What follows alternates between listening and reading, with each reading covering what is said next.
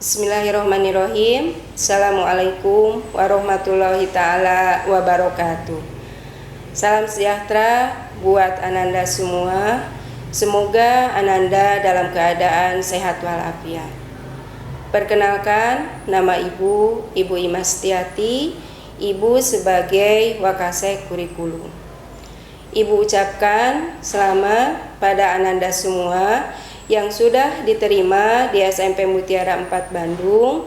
Semoga selama Ananda mengikuti pembelajaran untuk 3 tahun ke depan di SMP Mutiara 4 Bandung merasa aman, nyaman, menyenangkan, bertambah iman, sehingga Ananda menjadi anak yang soleh dan soleha, sukses dunia dan akhirat. Amin. Pada kesempatan ini, Ibu ingin menyampaikan beberapa informasi, yaitu yang terkait dengan proses pembelajaran. Seperti yang kita tahu bahwa sampai hari ini penularan COVID-19 itu belum berakhir. Bahkan akhir-akhir ini penularannya semakin mengkhawatirkan dan kita masuk ke dalam keadaan darurat COVID.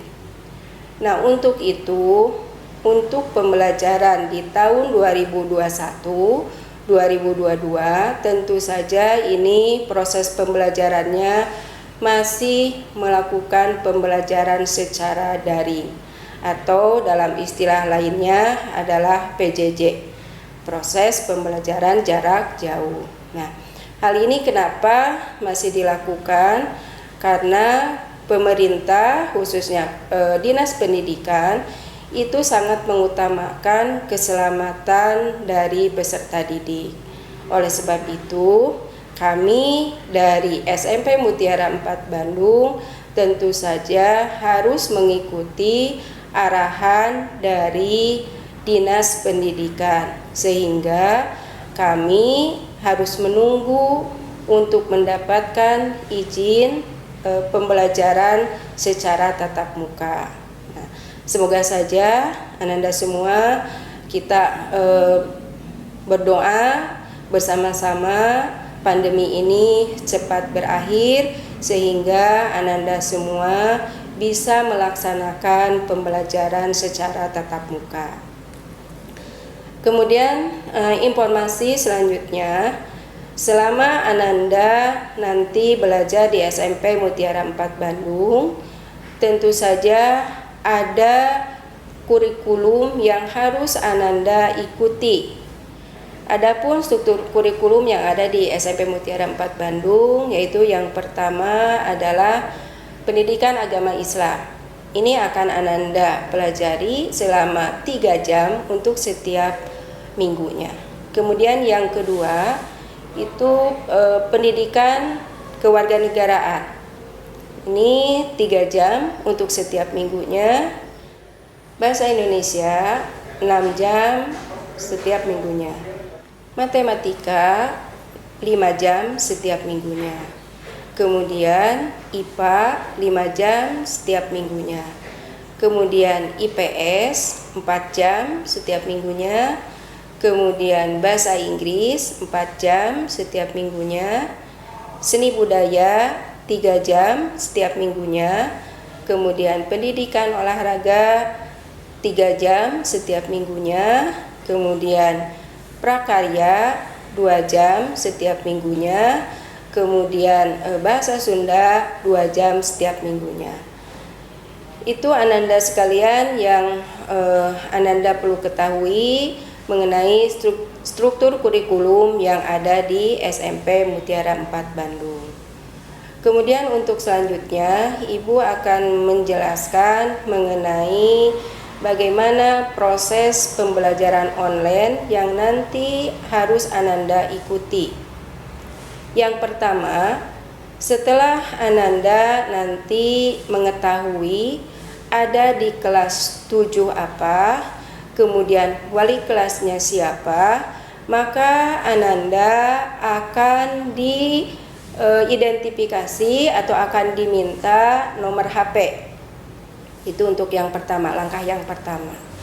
Kemudian langkah yang kedua ya, Ananda juga harus membuat email ya, atau Ananda bisa menggunakan email yang sudah ada atau yang sudah dimiliki, tapi tentunya harus dipastikan bahwa email tersebut masih aktif.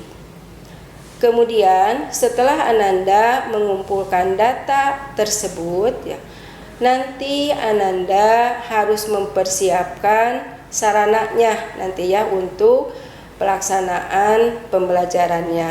Nah, untuk sarana pembelajaran online ini apa saja yang harus disiapkan? Yaitu yang pertama tentunya memiliki HP, kemudian bisa juga menggunakan laptop atau menggunakan komputer. Kemudian selain itu juga dipastikan ada jaringan internetnya atau kuota.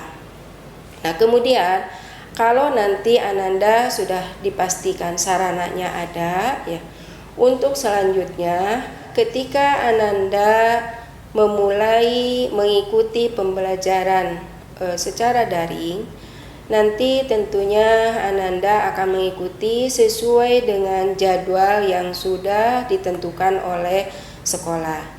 Nanti Ananda mengikuti pembelajaran online ini harus penuh dengan kesungguhan, karena meskipun Ananda sistemnya secara daring, pembelajarannya tetap kehadiran, kedisiplinan, kemandirian itu adalah hal yang paling utama dan hal yang sangat penting untuk Ananda persiapkan, dan itu juga yang nanti akan menjadi nilai plus buat Ananda. Ingat, Ananda sekarang sudah bukan anak SD lagi. Sekarang Ananda sudah diterima di SMP.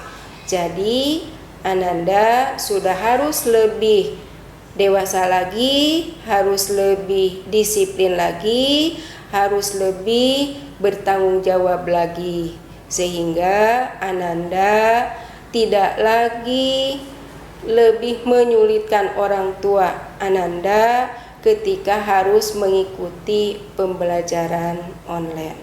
Nah, semoga dengan persiapan yang matang, persiapan yang bagus, Ananda bisa mengikuti pembelajaran daring ini dengan maksimal. Dan meskipun Ananda melaksanakan pembelajaran di rumah, Ananda harus tetap menjaga protokol kesehatan, yaitu mencuci tangan, memakai masker, kemudian menjaga jarak, menghindari kerumunan ya, dan menghindari mobilitas.